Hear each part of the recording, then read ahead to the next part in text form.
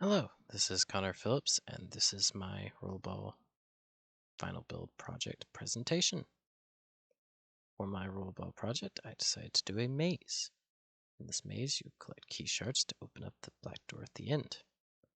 Over here on my left is a orange building, and where the orange building is right now is where a part of the maze used to be, but it was cut out due to the fact that people would go through it and only get the key shards, and then they would leave, and then they would go to the end.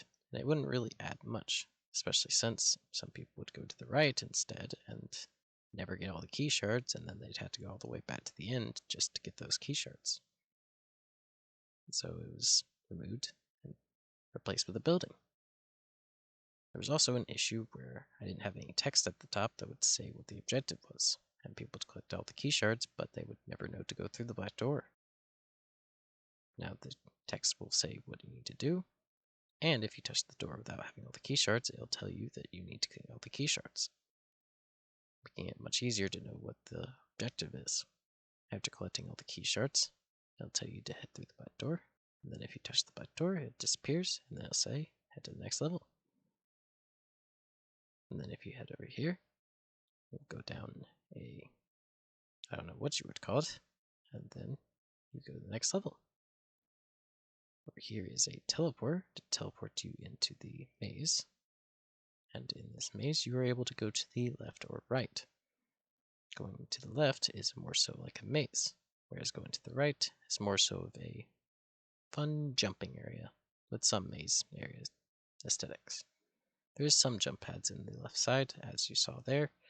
However, it's not as jump heavy, with only these two sections right here having jump pads. In this left side, you are collecting red shards, and the right side, you are collecting blue shards. The reason for this is these are magnet shards, and the red and the blue represent the north and south side of the magnet. Whenever you collect all the magnet shards, you go to the hatch, and then you open it up, and then you're able to go through it, and then you reach the end.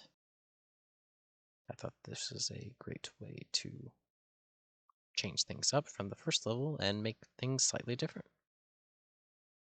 For this maze, I drew it out on paper, but it looks a little bit different from how it was originally drawn, due to just the scale of the maze and just difficulties with certain things. But it still looks very similar to the original project.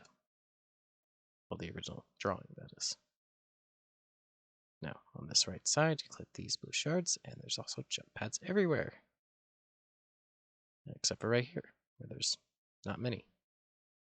But nonetheless, you can also go through multiple different ways, giving more choice to this part of the maze.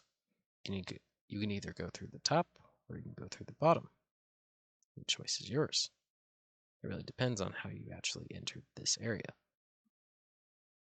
I normally enter from the bottom, because then whenever you go to the top, you're able to get right to the hatch, as the hatch is at the top.